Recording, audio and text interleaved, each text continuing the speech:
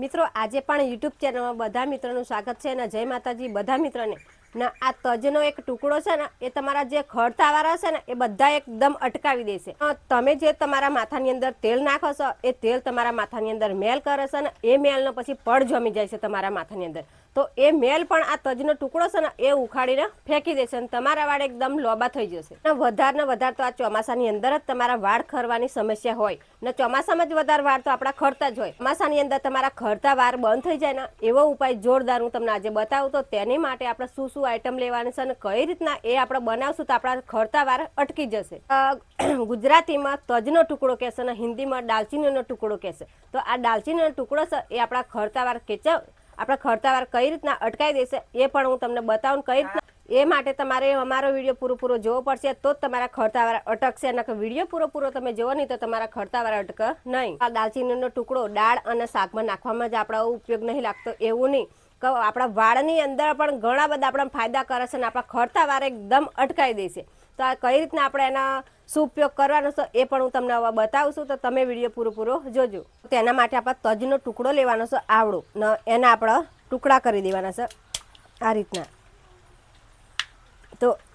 આ રીતના આપણે ટુકડા કરી દેશો ને દાલચીનો ટુકડો તમે બજારમાં જશો દુકાને તો દુકાને પણ મળી જશે અને તમારા કિચનની અંદર તમે લાવતા જશો શાકમાં કે દાળમાં નાખવા માટે તો આપણે કઢાઈની અંદર નાખી દીધી છે અને એના ટુકડા પર કરી દીધા છે હજુ 2 થી 3 વસ્તુ અંદર નાખવાની છે એ પણ હું તમને બતાવું છું તો બીજા નંબરની અંદર આપણે લવિંગ નાખવાનું છે તો લવિંગ શું આપણા વાળની અંદર કામ કરે કે આપણા જે વાળ હોય ને એકદમ કાળા અને સિલ્કી બનાવે તો આટલી આપણે લવિંગ લીધી છે તો લવિંગ પણ આની અંદર નાખવાની છે અને હજુ પણ આપણે બીજું 2 વસ્તુ અંદર નાખવાનું છે તો ત્રીજા નંબરની અંદર આપણે નાખવાનું છે મેથી તો મેથી શું આપણા વાળની અંદર કામ કરે કે આપણા વાળ જે છે ને એકદમ લોબા બની જશે ને આપણા માથાનો એકદમ ચોખ્ખું કાચ જેવું બનાવી દેશે મેથી તો મેથી પણ 1 ચમચી જેટલી આપણે નાખી દીધી છે અને હજુ આપણે છેલ્લું એક વસ્તુ રહ્યું છે એ રહ્યું છે પાણી તો 500 ગ્રામ જેટલું આપણે કઢાઈની અંદર પાણી નાખવાનું છે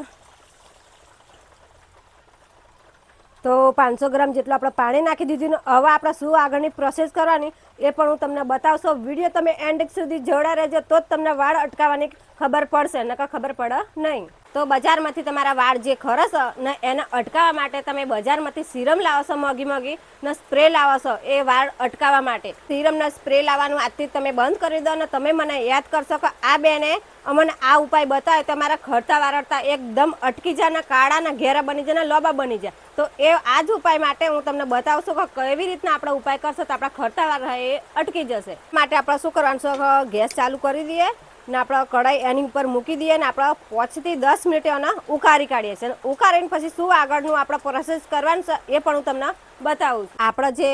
કઢાઈ મૂકેલી જે વસ્તુ નાખીને તે ઉકળી જઈને 10 મિનિટ આપણે થઈ જઈને કલર પણ એનો બદલાઈ જશે અને તમારે પણ ઉકાળવાનું હોય ને તો તમારા કલર બદલાઈ જાય તો લગી ઉકાળવાનું છે 10 મિનિટ હવે આપણે ગેસ બંધ કરી દઈએ ને એના આની અંદર આપણે લવિંગ નાખેલી તો લવિંગ શું ઉપયોગ કરશે આપણા માથાની અંદર જો આપણે ખોપરી આવે ને એની ઉપર પેલા ગરવડ જમેલી હોય ને એ ગરવડ ઉખાડીને એકદમ કાચ જેવી કરી દેશે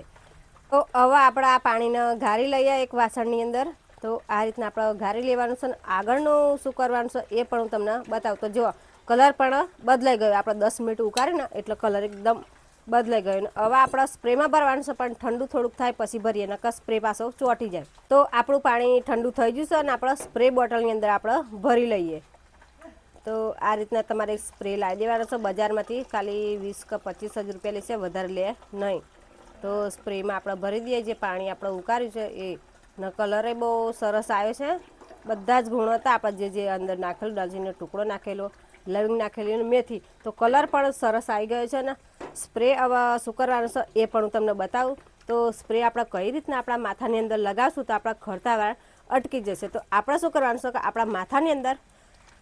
તો આ સ્પ્રેનો ઉપયોગ કઈ રીતના કરવાનો છે કે આપણા માથાની અંદર આપણે સ્પ્રે લગાવવાનો છે આ રીતના ને લગાવશું પછી તમારા હલકા હાથથી તમારા 15 થી 25 મિનિટ સુધી તમારા માલિશ કરવાનું છે અને માલિશ કર્યા પછી તમારા 1 કલાક પછી તમારા પાણીથી કે શેમ્પૂથી તમારા વાળ ધોઈ કાઢવાના. તો એ રીતના તમારા ના લગાવવા હોય, સ્પ્રેથી ના લગાવવા હોય તો શું કરવાનું છે, 500 ગ્રામ તમારે સાદું પાણી લેવાનું છે અને 50 ગ્રામ આ પાણી લેવાનું છે અને એક શેમ્પુ એમાં નાખી દેવાનું છે. પછી એ ત્રણેય તમારે મિક્સ કરીને પછી એ રીતના તમે માથું ધોશો તો પણ તમારા ખરતાવાળા છે ને એ અટકી જશે. તમારી માથાની અંદર જો ઝીણી ઝીણી ફોડલી થયેલી હોય કે ખીલ થયેલા હોય, મોટા મોટા ખીલ થાય છે ને એ ખીલ થયેલા હોય તો આ પાણી તમારે લગાવવું નહીં. નકર આ પાણીની અંદર આપણે લવિંગ નમ નાખ્યું છે એટલે એના બદલે તમને ચચર છે, એટલે જોરદાર ચચર છે, એટલે એ વ્યક્તિને આ ટ્રાય કરવો નહીં. તો આ ઉપાય તમે ચોમાસામાં કરી લીધો ને તો આખું ચોમાસું તમારા વાળ જે ખરતા હશે ને એ બધા જ અટકી જશે. એક પણ વાળ તમારો ખરો નહીં ને તમારા વાળ એકદમ કાળા ભમ્મર જેવા થઈ જશે અને